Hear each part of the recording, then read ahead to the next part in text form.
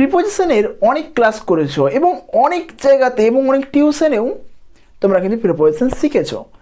তা সত্ত্বেও কিন্তু সেটা কিন্তু ক্লিয়ার হয়ে উঠতে পারেনি যে আমরা কোথায় ইন লাগাবো এবং কোথায় অন লাগাবো। আজকে সেটাকে আমি কিন্তু 100% ক্লিয়ার করে দেবো, it's my guarantee. Okay, so আজকে আমরা 4টা প্রিপোজিশনকে নিয়ে আলোচনা করব। সেই 4টা প্রিপোজিশন হচ্ছে এগুলো: ইন, ইনটু, অন এবং অ্যাবভ।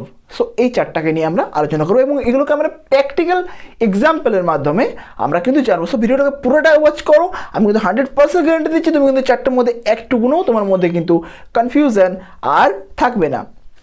প্রথমত আসা যাক যে ইনটা আমরা কোথায় ব্যবহার করি। যেমন ধরে নাও যে এই যে বোতলটা আমার কাছে রয়েছে, সো এই বোতলের ভিতরে যে জলটা রয়েছে, তো আমি কি বলবো যে the water is in the bottle. মানে এই যে বোতলটার ভিতরে তো আমার জলটা রয়েছে, বোতলের তো বাইরে নেই বা বোতলের উপরেও নেই। তো যেহেতু ভিতরে রয়েছে, সো ভিতরে অর্থে কিন্তু আমরা ইন লাগাবো। So the water is in the bottle. তারপরে আমরা আসছি যেটা হচ্ছে যে ইনটুর ব্যাপারটা আমরা জেনে নিই।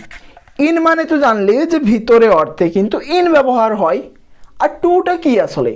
টুটা হচ্ছে যখন কোনো ডিরেকশন বোঝায়, মানে এক জায়গার থেকে কোনো অন্য জায়গাকে যাওয়ার কথা বলে, সেক্ষেত্রে কিন্তু টু বসে।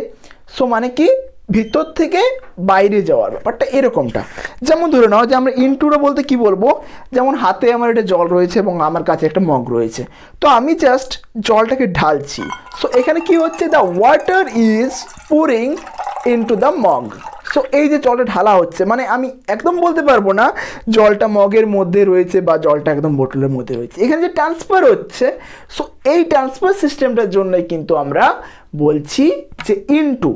যখন কোনো জিনিস এক জায়গা থেকে আরেক জায়গাতে ট্রান্সফার হচ্ছে, সো লাইট ট্রান্সফার যেটাকে আমরা বলে থাকি, তো সেইখানে কিন্তু আমরা বসাই ইনটু। তো আমরা কি বলবো যে I am pouring water into the mug.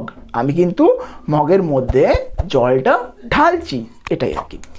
তো গেল প্রথমত ইন মানে আমরা জানলাম যে ভিতরে, এবং ইনটু মানে যখন কোনো জিনিসকে আমরা একটা অন্য পাত্রে সেটাকে ট্রান্সফার করব, সেইগুলোকে আমরা বলবো into. Okay, so now we will know about on. এখন আমরা অনটাকে নিয়ে জানবো। অন মানে কি? অন মানে কোনো কিছুর উপরে থাকা, কিন্তু শর্ত হচ্ছে এটাই যে যে জিনিসটার উপরে রয়েছে সেই জিনিসটার সাথে টাচিংয়ে থাকতে হবে। টাচিংয়ে থাকতে হবে, হাওয়াতে ভাষা চলবে না, সেই জিনিসটার সাথে টাচিংয়ে থাকতে হবে।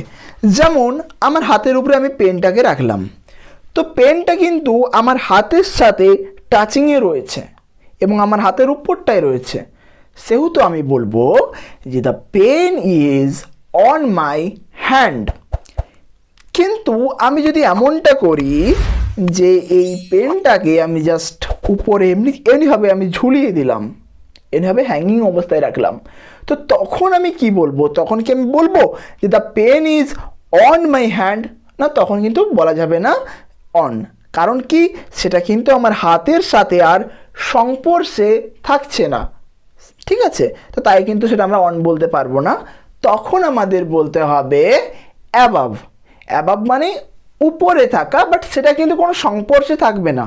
যেমন আমার মাথার উপরে একটা লাইট আছে, তো আমি সেক্ষেত্রে বলতে পারি যে the light is above my head. তো এটা কিন্তু আমার মাথার সাথে সংস্পর্শ নেই। যদি সামথিং লাইটটা যদি আমি মাথার উপরে এরকমভাবে আর কি জাস্ট আমি রাখতাম, যদি আমি বলতাম যে লাইটটা আমার মাথার উপরে রয়েছে, তখন কিন্তু আমায় বলতে হতো যে the light is on my head. মানে মাথার সাথে একদম সংস্পর্শে থাকলে তখন আমরা বলবো অন। আর যদি সংস্পর্শে না থাকে, যদি তার উপরে থাকে আর কি ঝুলন্ত অবস্থায়, তাহলে কিন্তু সেক্ষেত্রে হবে above. Okay, so it's clear. In, on, into আর অ্যাবাভ। সো এই 4টা। যদি কোনো কনফিউশন থাকে তো কমেন্টে বলবে, আশা করি একটুকুনো আর কনফিউশন থাকবে না, পুরোপুরি ক্লিয়ার হয়ে গেছে। আর ইনটুটা যেটা বললাম, ওটা মানে কোনো একটা জিনিসকে কোনো অন্য একটা পাত্রে ঢালা, ঠিক আছে? ওকে, so bye, we will meet in our next video.